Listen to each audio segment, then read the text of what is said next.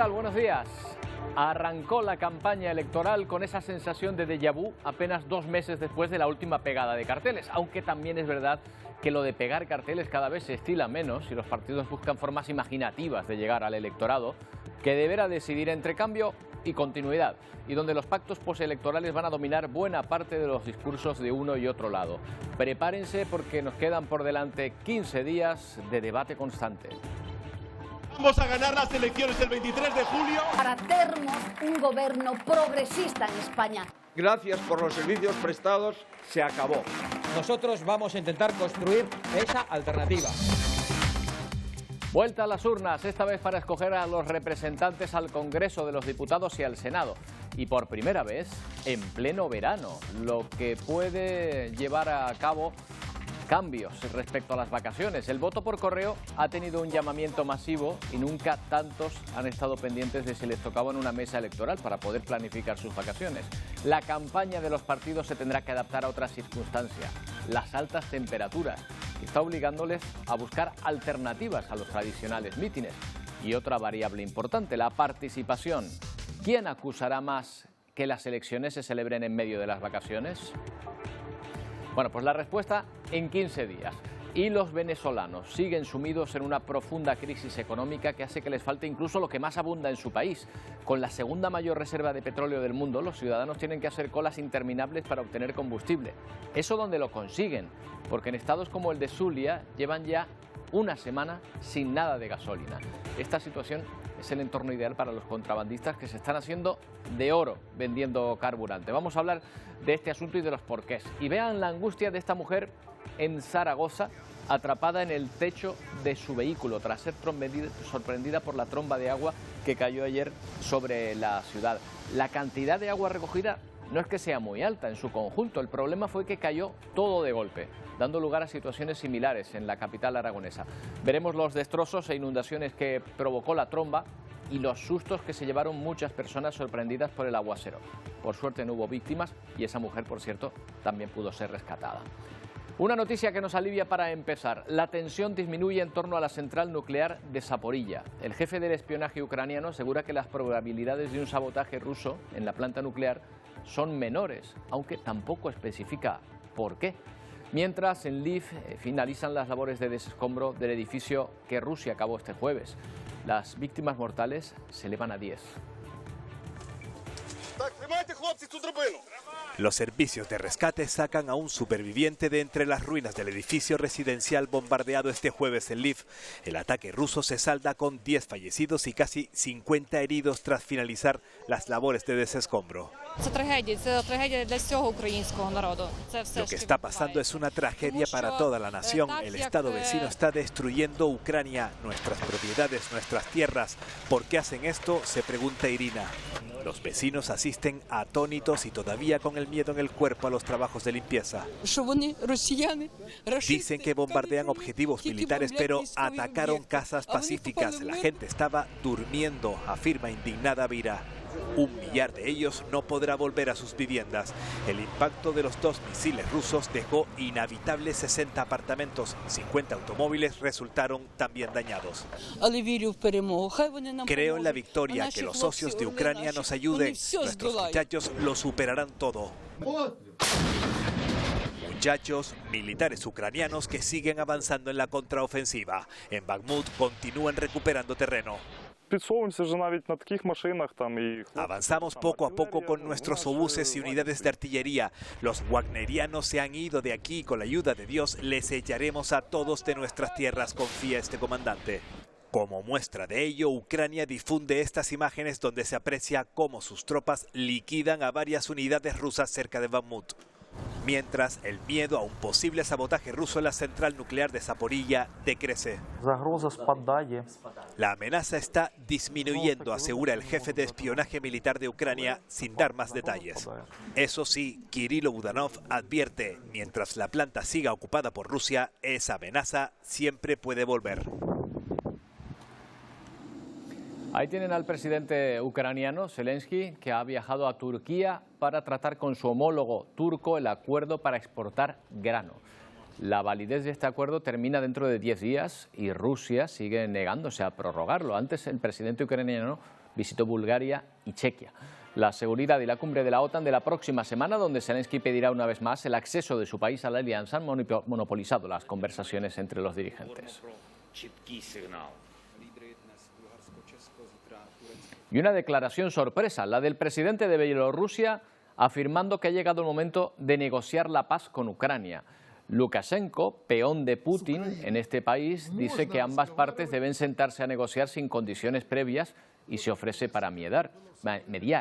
Bielorrusia ya acogió 3 rondas de negociaciones en territorio bielorruso a finales de febrero y marzo de 2022, pero en aquel momento Rusia tenía una clara superioridad en el campo de batalla. Hoy la situación es diferente. Lukashenko aseguró también que el jefe del grupo Wagner ha dejado el país y actualmente está en San Petersburgo. El portavoz del Kremlin, por su parte, dice que Moscú no sigue los movimientos de Prigozhin.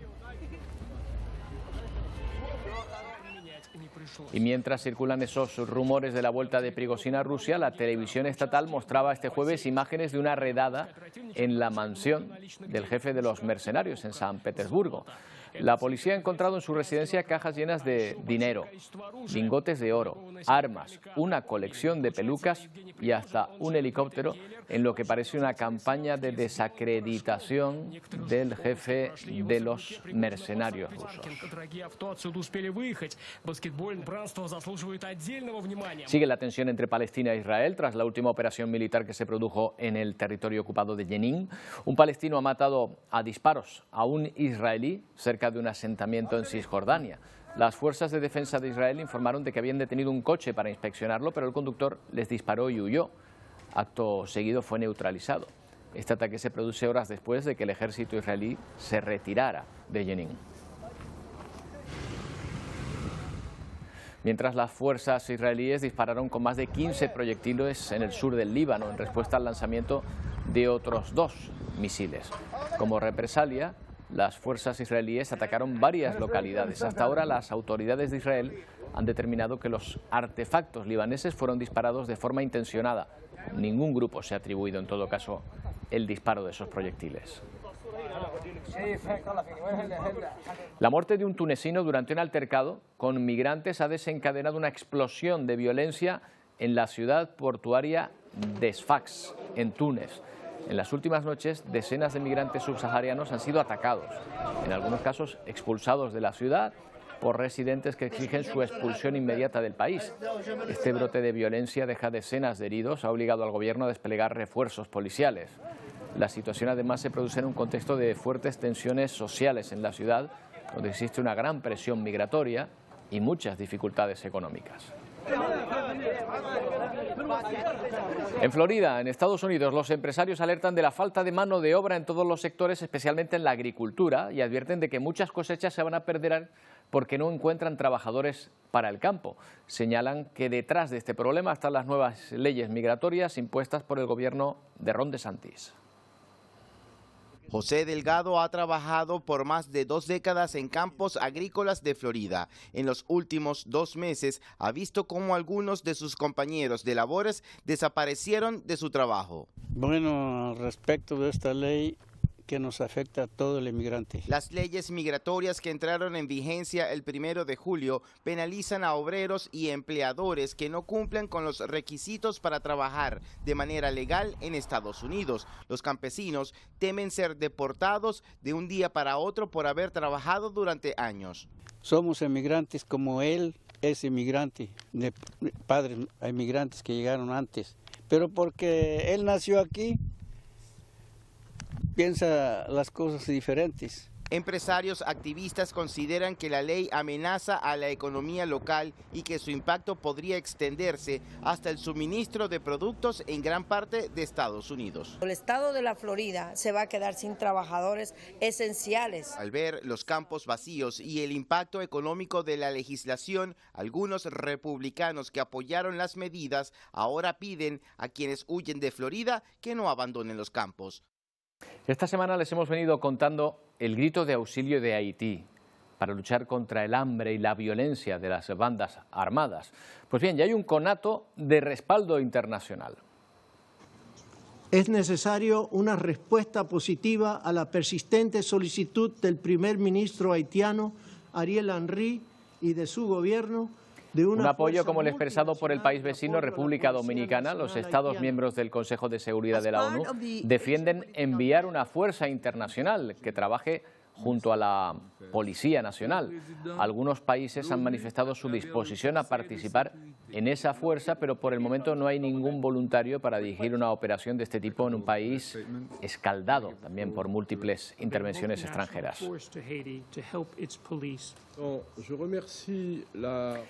Una de las paradojas de Venezuela es que con las mayores reservas de petróleo bajo su suelo, es uno de los lugares de Latinoamérica con más problemas en el suministro de carburante.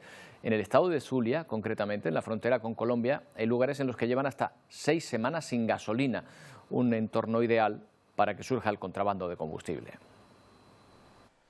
Ocurría en Maracaibo, San Francisco, Mara, Machiques y ahora también en Rosario de Perijá. Han proliferado puntos para comercializar gasolina, pero el problema es que se trata de surtidores ilegales. Los indígenas se han organizado su propio negocio. Se aposentan frente al palacio local en las plazas públicas, corriendo un grave peligro. Un problema que se suma a la falta de despacho de gasolina por parte de empresas oficiales. En Barraquitas, por ejemplo, llevan 6 semanas sin combustible y esto afecta a la producción pesquera y agrícola. Más del 70% de nuestra producción ha cesado. Las autoridades municipales, para solventar el problema, mantienen conversaciones con los líderes de las etnias indígenas que viven en Perijá.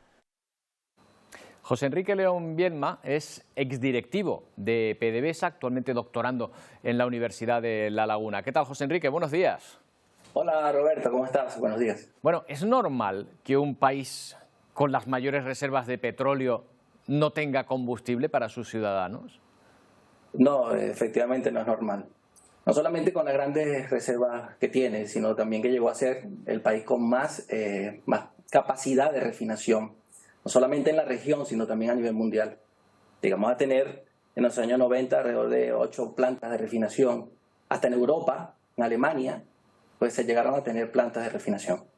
¿Es cierto que ahora mismo Venezuela está importando petróleo?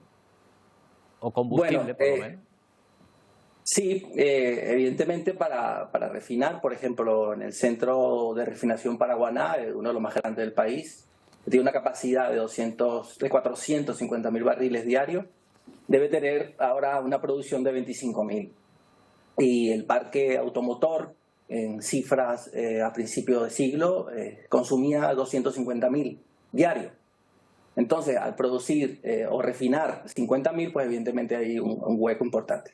Claro, Venezuela ha pasado de prácticamente regalar la gasolina hasta hace 3 años que empezó a pagarse a un precio más o menos normal, hasta ahora no tener combustible, ¿no? Sí, son picos.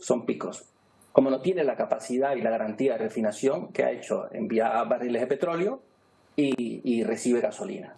Sí, una gasolina, por cierto, de muy mala calidad, que no llega a 80 octanaje, o sea que los vehículos también sufren con la mala calidad de la gasolina, que básicamente viene de Irán. Como no tiene acceso a los mercados internacionales, se hace una especie de trueque, que es una especie de un 5 a 1. O sea, por cada 5 barriles de petróleo recibes 1 de gasolina. O sea, una situación bastante patética. Claro, José Enrique, vamos a ver las causas o las razones, grosso modo, claro, pero ¿hasta qué punto la nacionalización de la producción de petróleo y el refino tuvo que ver con esta situación? Este proceso de renacionalización que inicia el gobierno de Chávez tuvo un cambio de estrategia a nivel de suministros y equipos. O sea, se pensaba al principio que se podían sustituir los equipos americanos por equipos chinos, por ejemplo. Y toda la tecnología que se tiene actualmente, se tenía en aquel momento, hoy en día es una ruina, era una tecnología americana. Entonces, al cambiar de proveedores, de equipos y servicios, pues ahí empezó a mermar. Luego las sanciones y evidentemente el retiro de las empresas que hacían ese tipo de servicios, que eran americanas, pues empeoró la situación. Claro, antes eran americanos. No sé si han vuelto las empresas norteamericanas. Hace poco Exxon anunciaba que volvía a la producción, pero ¿cuáles son ahora los países que están controlando la extracción y producción de petróleo en Venezuela? Bueno, China no ha dejado de controlar su cuota, porque además se cobra con petróleo. Rusia también.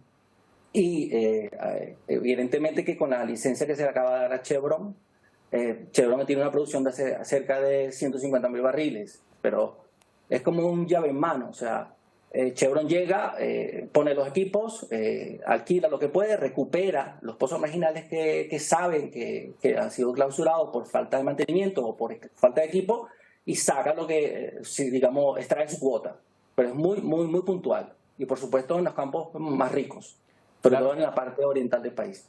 Claro, pero por lo que veo, el problema no es que disminuya no solo que disminuya la producción, sino que la mayoría de esa producción se va afuera, es decir, no Claro. redunda, no llega a los venezolanos. No llega, porque primero no entra un mercado internacional. O sea, nosotros no cobramos por la exportación de ese petróleo y digamos que lo entregamos en una especie de trueque, que lo que hacemos es recibir servicio, para no hablar de comida y cosas de estas, o bienes y servicios. Hay una parte de ese petróleo que se recibe en combustible, que el combustible es deficitario, por eso es que existen los dramas. Pero el periodo es cíclico, que por ejemplo cuando llegan los cargamentos de Irán, pues se alivian por 3 meses, o alivia la situación por 3 meses, o de forma temporal, digamos así.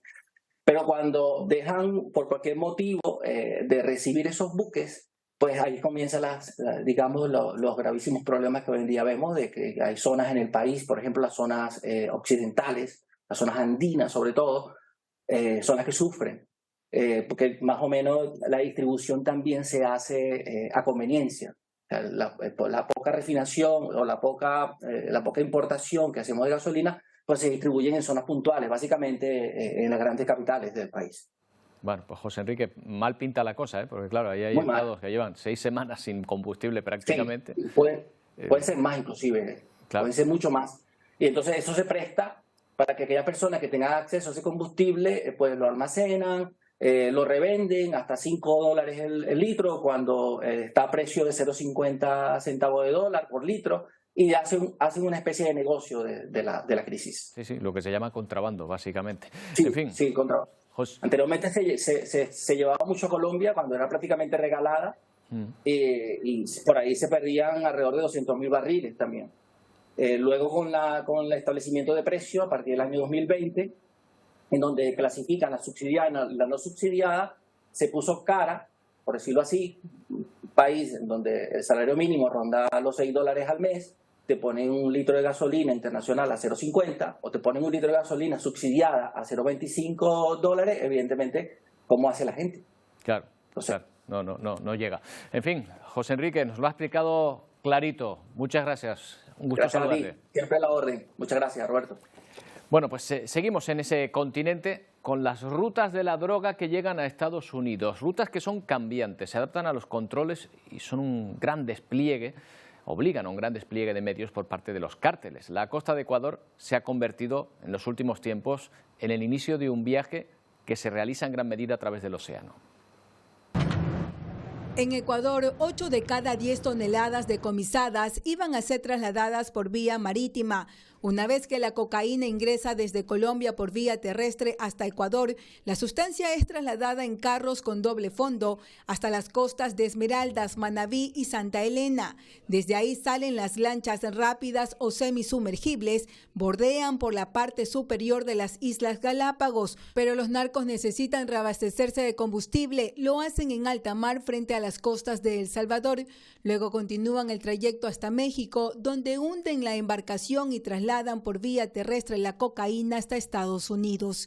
El catedrático y experto en temas de seguridad Mario Pazmiño indica que esta ruta gana terreno, pues inicialmente los narcos intentaban ingresar la droga a El Salvador para, por las carreteras de ese país, llegar a Norteamérica. El decomiso más reciente se dio durante el fin de semana, decomisos que se concretan con trabajos de inteligencia de la Armada de Estados Unidos, que está en aguas internacionales. Tiene una flota que está operando en el área del Pacífico y además tiene satélites que están monitoreando todo lo que es el traslado de embarcaciones que pueden ser sospechosas. Son 6 los cárteles que mantienen una guerra para obtener el control absoluto de la droga en el Pacífico. Entre ellos está el Clan del Golfo y Sinaloa.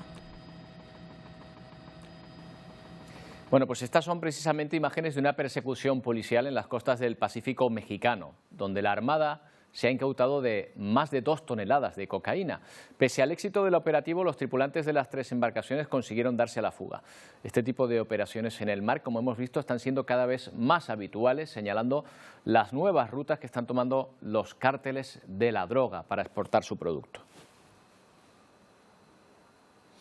La última del régimen talibán se la contábamos esta semana: cerrar los salones de belleza, una medida que va a entrar en vigor dentro de un mes. ¿Qué les pasa a los talibanes ahora contra las peluquerías y este tipo de negocio? Pues que creen que van contra la moral. Una vez más, las afectadas son las mujeres. En tan solo un mes estos salones de belleza estarán cerrados. Se trata de una medida más que se suma a las que ya restringen la libertad y los derechos de las mujeres desde que los talibanes volvieron al poder en 2021. Las mujeres afganas deben trabajar, algunas de ellas tienen estos salones de belleza como única fuente de ingresos. En mi opinión, dice este ciudadano afgano, los salones deberían seguir abiertos. Ya cerraron las escuelas para las niñas, prohibieron su acceso a la universidad e impidieron que trabajaran muchas en labores humanitarias. No se les permite tampoco su presencia en lugares públicos, incluidos baños, gimnasios o parques. Este otro vecino de Kabul dice que los salones de belleza sí que deben cerrarse. Eso sí, están tristes por el cierre de las escuelas. Los salones de belleza los regentan en su mayoría mujeres. Esta medida afectará a sus ingresos, una iniciativa que se ha criticado a nivel internacional. Los talibanes dicen que se cumple así con la ley islámica y las costumbres afganas. Unas costumbres, desde luego, arcaicas y obsoletas que merman los derechos más básicos del colectivo femenino. Bueno, no es que haya un gran cambio con respecto a ayer, pero hoy en España ya oficialmente estamos en campaña electoral. Más de 37 millones de españoles estamos llamados a las urnas el próximo 23 de julio. Los principales líderes de los partidos dieron anoche el pistoletazo, aunque siendo San Fermín también podemos decir el chupinazo del inicio de la campaña. Los líderes nacionales han arrancado la campaña en diferentes puntos del país. El líder del PSOE, Pedro Sánchez, eligió Madrid. Ha pedido la confianza del electorado para seguir adelante. Lo que pedimos es unas urnas llenas de votos socialistas para una España que durante los próximos 4 años avance. El presidente del Partido Popular, Alberto Núñez Feijóo, escogió su pueblo natal, Os Peares, en Orense. Bajo el lema "Orgullosos de ti, siempre contigo", ha optado por apelar al voto útil. Quiero un gobierno en solitario. ¿Sabéis por qué? Porque lo mejor que puede hacer un gobierno es estar rodeado de los votos que salen limpiamente de las urnas.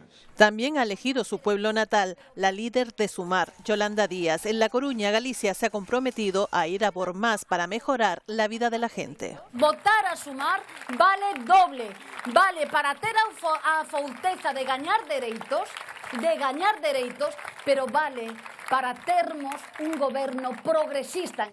El presidente de Vox, Santiago Abascal, comenzó la campaña en Almería. Asegura que no dejará pasar la oportunidad para construir una alternativa. Que defiendan el agua para Levante, que defiendan la agricultura y que defiendan la seguridad en las calles. Y estamos esperando, estamos con la mano tendida. Por delante 2 semanas intensas de campaña, recorriendo todo el país pidiendo el voto para el próximo 23 de julio. Bueno, estamos en campaña y cabe preguntarse si alguna vez hemos dejado de estarlo. Las campañas electorales, en todo caso, han ido evolucionando con los años. Vamos a ver cómo. Julio García Gómez es analista y experto en estrategias de comunicación. ¿Qué tal? Buenos días, Julio. Hola, ¿qué tal? Buenos días, Roberto, y espectadores de la Televisión Canaria. Encantado de estar con vosotros. Gracias por acompañarnos. Oye, Julio, ¿la pegada de carteles sigue estando de moda? Vamos a ver, la pegada de carteles, que tuvo su punto y su momento más álgido en el inicio de las elecciones, era todo un ritual, pues va perdiendo fuelle. Quiero decir, ahora hay pegada virtual que ha sustituido en algún caso o ha apoyado, digamos, la pegada tradicional, porque los medios y sistemas han cambiado, porque la fiesta de la democracia ha cambiado. La sociedad ha cambiado, es decir, estamos en otro momento y las campañas se adecúan, se adaptan a la situación y evolucionan también.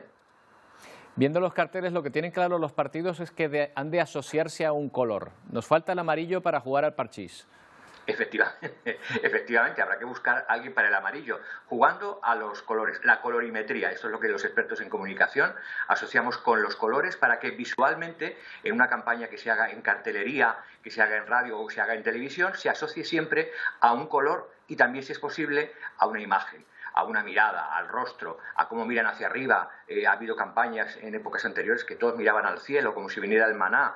Pues todo esto cuenta, Roberto, todo esto cuenta, y son estrategias que los diferentes líderes tienen en cuenta, y sobre todo sus asesores, para que se lleven el voto. Claro, mira, los carteles este año ya, lo que hemos podido ver, me llama la atención dos cosas, que algunos partidos han optado por el retrato tradicional y otros más bien por gestos, ¿no? Claro, porque el gesto cuenta, el retrato tradicional, que está muy cuidado en algunos casos, pero el gesto, la forma también, porque tengamos en cuenta que el rostro, la mirada o las formas en que nosotros movemos las manos también dicen mucho de nosotros. Esto es algo que los debates, luego hablaremos si quieres, en los debates televisivos va a tener una importancia vital. Pero el gesto cuenta, la sonrisa, la forma en que se mira a la cámara en esa fotografía es un aspecto a tener en cuenta, y todo suma para que el votante al final decida si mete esa papeleta en la urna con su candidato ideal. Claro, otra cosa, Julio, son los grandes mítines. ¿Hay algún partido que se arriesgue a intentar llenar una plaza de toros hoy día? No creo que se arriesgue nadie, porque perdería. Tengamos en cuenta, Roberto, una cosa. Mira, desde que llegó la pandemia, en los eventos, y nosotros yo hago y coordino eventos, en épocas normales tú tienes unas previsiones de 100 personas. Bueno, pues el 20% sabes que te va a fallar. Pero ¿sabes qué ha ocurrido? Que con la pandemia y con la costumbre de que la gente ha ido menos a eventos físicos y más online, ahora mismo se están sufriendo bajas del 30%, del 40% y hasta del 50%. Entonces es un riesgo muy fuerte el que se corre, cuando además no es el origen y la ilusión que teníamos en la democracia, sino que ya es la permanencia de un sistema, y a los mítines van hoy día las personas más adeptas, mientras que antes no, iban adeptos y no adeptos, porque algunos iban a meter bulla también. Entonces es un riesgo muy grande el que se corre, y no es aconsejable desde el punto de vista de la comunicación.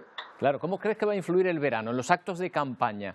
Ya hemos visto, por ejemplo, hace tiempo, antes de la campaña, al Partido Popular aprovechando pues unas sombrillas en una playa, por ejemplo, darle un toque veraniego. ¿Crees que los demás van a tratar de adaptarlo de alguna manera también a los calores del verano? Claro, Roberto, es que influye el tiempo atmosférico, la temperatura, a la hora de hacer un mitin, a la hora de hacer un encuentro, influye, y va a tener ese tono más veraniego, como tú decías, la sombrilla, la playa. Pues todos estos son cuestiones que se van a arraigar de alguna manera, y dependiendo de la época del año, pues invierno más frío, sitios más cerrados, ahora más abierto. Pues yo diría que esto también se tiene en cuenta, y a la hora de que el votante vaya a dejar su voto, pues también, porque puede hacer más pereza, porque que va la hora esta de la siesta. Bueno, ahí, porque tenéis unas temperaturas ideales en Canarias, no es lo mismo que en la península y que en el sur, pero son factores que cuentan. Yo diría que es una campaña colorista, veraniega, del bikini. Bueno, pues habrá que ver. No me imagino un candidato en bañador todavía dando un mitin, pero todo llegará. Julio, por último, que no tenemos tiempo para hablar de las características, pero sí para contestar una pregunta respecto a los debates. ¿Se puede ganar o perder unas elecciones por un debate electoral? Pues eso era antes, y ha sido en Estados Unidos, y ha sido aquí, en los debates importantes de inicio de democracia. Yo diría que no, que es para dirigir el voto, para arraigar el voto de las personas que ya per se quieren votar a un candidato u otro. No se va a ganar o se va a perder. Las campañas son multidisciplinares, son multicanales, y cuenta la radio, la televisión, internet, en las redes sociales. No son decisivos, son importantes, porque ellos, los candidatos, ahí intentan mostrar lo mejor de lo que hacen, de su partido y del programa electoral, pero no tienen el carácter decisivo, porque además, Roberto, hay una cuestión importante, y es que la televisión generalista va perdiendo espectadores, porque la gente más joven va a las redes sociales. Yo diría, son importantes, pero no son lo más importante. Bueno, Julio, pues gracias por acompañarnos esta mañana, y veremos qué es lo que da de sí esta campaña electoral. Un saludo. Un saludo, y ya decir por último, esto es una gracia, es una broma de viernes, que imagínate, Roberto, que nos proponen ir a votar en bañador y que hay urnas colocadas en las playas. ¿Te imaginas la fotografía y el vídeo que podríamos sacar de ahí para este informativo? Oye, pero a lo mejor más participación sí que hay, Julio, ¿eh? Seguro que sí. No deseches la idea. Venga, un saludo. Gracias, un saludo y encantado de estar con vosotros. Bueno, pues arrancó la campaña electoral, como decimos, el mismo día que el chupinazo que marca el inicio de las fiestas de San Fermín. Y esta mañana a las 7 horas Canaria hemos visto pues el principal acto de esas fiestas, o por lo menos el más llamativo. El primer encierro en Pamplona, multitudinaria, además es un viernes. Un encierro que se ha saldado con 6 heridos, de los cuales la mitad son estadounidenses.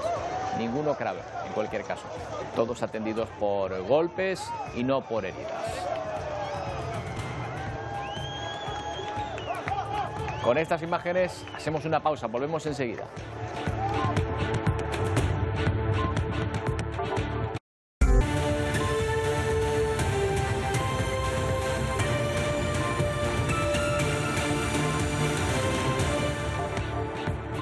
Volvemos a hablar de Fukushima, porque el Organismo Internacional de la Energía Atómica sigue insistiendo, lo ha hecho hoy mismo otra vez, en que los vertidos de agua de esta central nuclear no van a suponer en ningún caso un problema medioambiental, y mucho menos en los países vecinos, donde en todo caso no lo ven tan claro.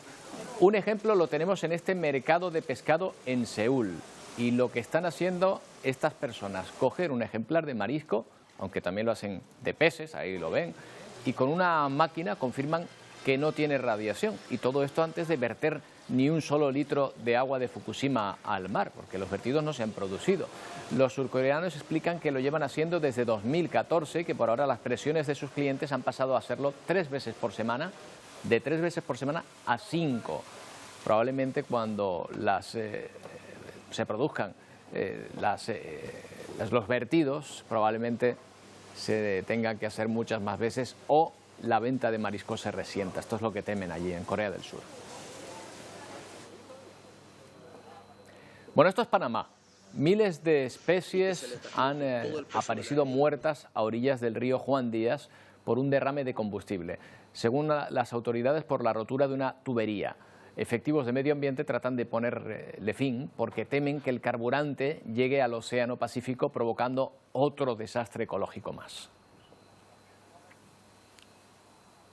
Bueno, y hablando de medio ambiente y de nuestro ecosistema, volvemos a las islas para hablarles de un estudio que pretende un mapa del ruido submarino para de esta manera detectar la presencia de cetáceos, no solo en Canarias, sino en la Macaronesia. En este trabajo colaborarán la Universidad de Las Palmas de Gran Canaria y la Fundación Loro Parque, mediante estos vehículos especiales que recorren diversas rutas marinas. Al finalizar una ruta, los datos son recuperados, permitiendo identificar las especies de cetáceos localizadas y calcular los índices de ruido submarino. Hablamos con Javier Almunia, director del Loro Parque Fundación. ¿Qué tal, Javier? Buenos días. Hola, buenos días, Roberto. Bueno, cuéntanos tú para qué sirve un mapa acústico exactamente. Bueno, pues básicamente sirve para poder determinar cómo afecta el ruido submarino, en este caso, en las diferentes zonas del archipiélago. Sabemos que tenemos lugares donde hay un gran tráfico marítimo, como son los canales entre Gran Canaria y Tenerife y entre Gran Canaria y Fuerteventura. Pero también tenemos zonas muy interesantes que seguramente son mucho más silenciosas al oeste del archipiélago. Entonces, esta comparación nos va a ayudar de forma inicial a saber cómo de bien preservados están algunos lugares y si es importante protegerlos. ¿Bajo el agua los únicos animales que producen ruido son los cetáceos? No, absolutamente no. Eso se pensaba al principio. Bueno, de hecho, al principio lo que se pensaba es que el mundo submarino era un mundo silencioso y cuando Jacques Cousteau empezó a bucear se creía que era el mundo del silencio, pero todo lo contrario. Están los cetáceos que se comunican básicamente por sonidos, pero un montón de peces, crustáceos, una cantidad enorme de animales se comunican con sonidos muy sutiles, muy poco espectaculares, digamos, pero es muy importante para ellos poder comunicarse, para poder reproducirse, alimentarse y vivir en general. O sea que el mar no es un lugar silencioso, Javier. Oye, ¿y dónde van a explorar ese mapa de sonidos? Este primer mapa hemos querido realmente muestrear un lugar muy poco conocido que es el oeste de las islas, donde ya salimos de la plataforma insular y nos metemos en profundidades de 3.000, 3.500 metros y salió del puerto de Tazacorte en dirección oeste hacia América, luego el glider giró hacia el sur, describiendo una especie de L invertida, y ahora está ya volviendo hacia el Hierro, con lo cual va a hacer una C enorme en el mar de unos 140 kilómetros y nos va a permitir, pues eso, muestrear las poblaciones de cetáceos conocidos hasta el momento, que son los que están alejados de las islas. Claro, además hay una característica de nuestro archipiélago, de nuestro entorno marino, y es la cantidad de profundidad que alcanza en muy pocos metros, ¿verdad? Aquí no tenemos una plataforma, por lo menos en las islas occidentales, ¿no? Exactamente, las plataformas de las islas volcánicas, que se llaman plataformas muy antiguas, empiezan a haber cierta erosión, y es lo que pasa en las islas occidentales, en Fuerteventura y Lanzarote. También en La Gomera, que es una isla muy antigua, tiene un poquito de plataforma insular, pero el Hierro, Tenerife no tienen prácticamente plataforma insular y la profundidad cae muy rápidamente a unas pocas millas de la costa hasta miles de metros de profundidad. Oye, Javier, esta propuesta complementa otra de la Fundación Loro Parque para crear un santuario marino para proteger la biodiversidad marina. ¿Cómo sería este santuario? ¿Qué sería? ¿Una zona en aguas abiertas, digamos, acotada? ¿Qué es lo que plantean? Nuestro planteamiento realmente es proteger todo el corredor de migración que hay desde Cabo Verde hasta Azores, pasando por la zona oeste de Canarias. Por eso es tan importante muestrear la zona oeste, y esta campaña está vinculada a ese santuario. Porque creemos que todavía no es un lugar que está muy masificado en cuanto a tráfico marino, por lo tanto tenemos una zona bastante tranquila, no hay grandes actividades más allá de las pesquerías tradicionales, que son algo compatible con una zona de protección, y nuestra propuesta es proteger ese corredor por donde migran los atunes, los grandes cetáceos, y hacerlo de manera que se limiten las actividades industriales, se puedan seguir manteniendo actividades tradicionales como es la pesca tradicional del atún, pero que sin embargo las actividades industriales como puede ser la minería oceánica o el tráfico intensivo de buques se reduzca en esa zona para preservar todas las especies que viven ahí, no solamente los cetáceos, sino toda la biodiversidad de la zona. Bueno, pues Javier, quedamos pendientes de conocer ese mapa cuando se empiece a realizar y que nos cuentes cómo está yendo. Gracias por atendernos. Muchas gracias a ti, Roberto. Buenos días. Saludo. Bueno, y vamos ahora hasta Estados Unidos, donde las autoridades investigan las causas del incendio de un barco carguero en Nueva Jersey. El fuego se inició en una de las plantas intermedias, se propagó rápidamente por el resto del barco. 2 bomberos han fallecido y otros 5 están heridos. Esto es una residencia de ancianos en Milán, donde han fallecido 6 personas, otras 81 han resultado intoxicadas por un incendio también del que se desconocen las causas. En la residencia había 167 personas cuando se declararon las llamas. La mayoría pudo ser evacuada. Bueno, y esta es la triste noticia con la que terminábamos ayer el programa. Una niña ha fallecido después de que un coche chocara contra una escuela infantil. La conductora ha sido detenida. No se trata el caso como un atentado, sino como un accidente. Además de la fallecida, 2 adultos y otros 7 niños heridos. Algunos están en situación crítica. Una noticia triste que les adelantábamos ayer en este mismo espacio.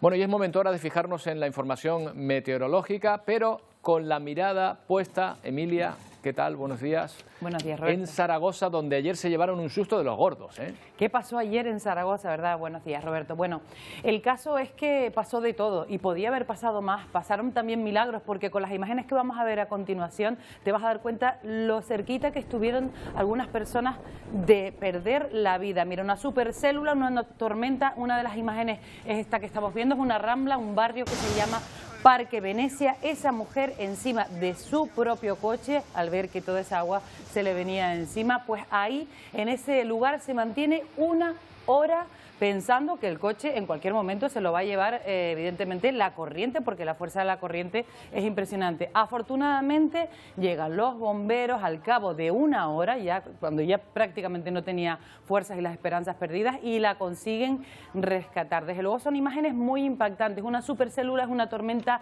importante con un núcleo que gira con mucha intensidad. Otra imagen, este hombre se agarra como puede a esas plantas que están en el medio de esa avenida, unas plantas que por cierto están bien sujetas y ojo con el peligro de que los vehículos que también vienen bajando le pudieran caer encima. Afortunadamente también pudo ser rescatado, ahí lo vemos, con una grúa desde un puente justo que estaba debajo. Los bomberos pues hicieron todo lo posible para sacarlo, como vemos.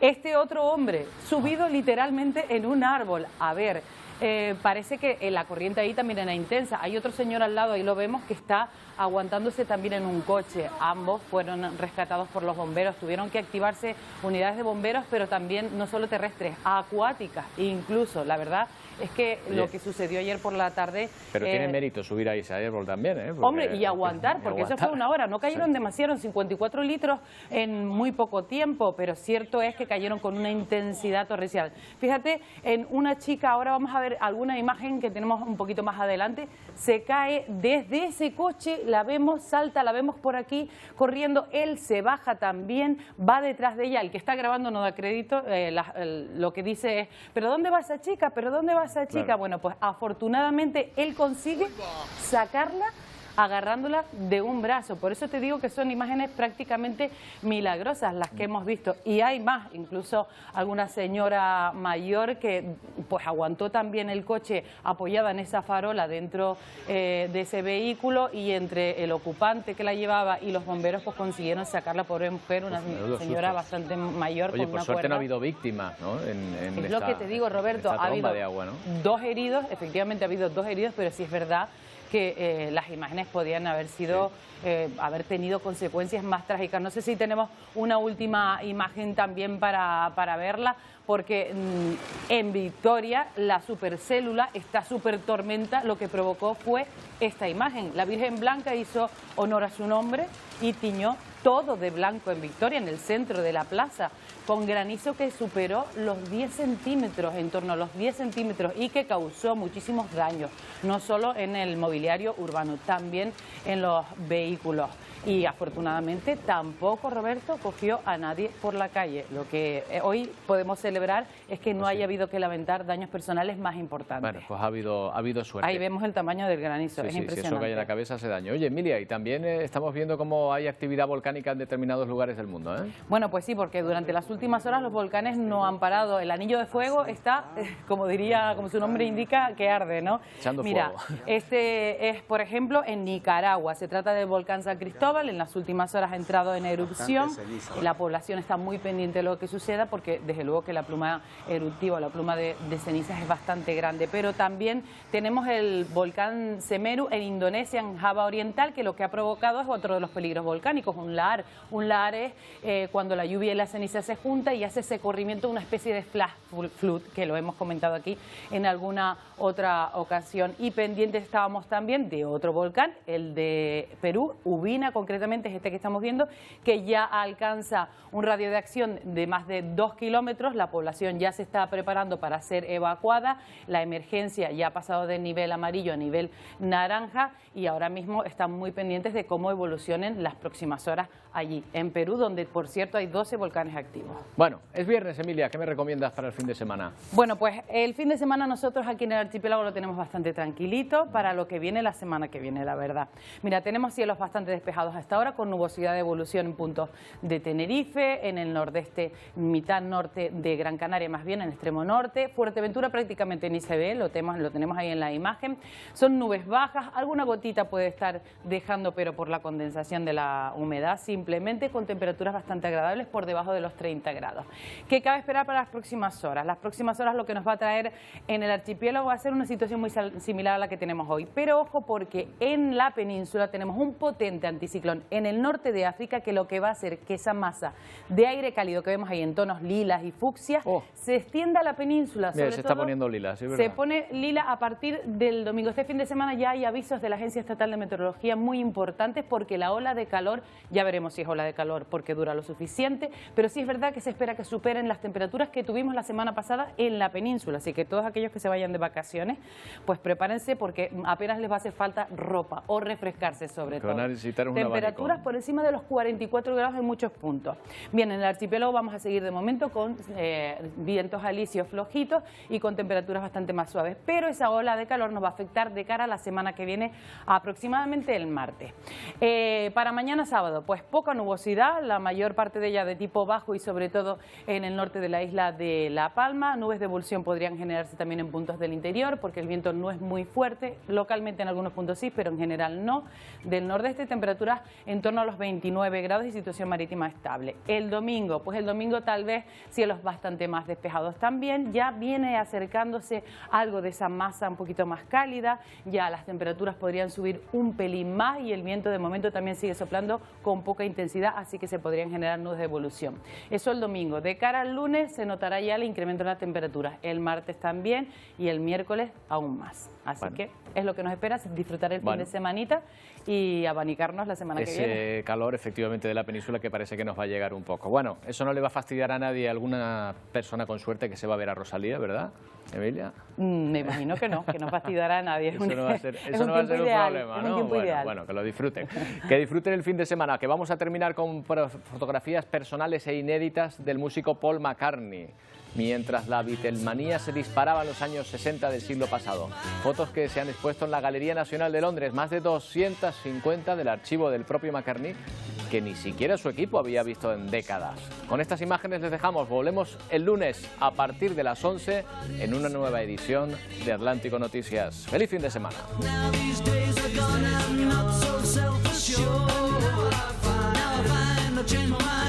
I know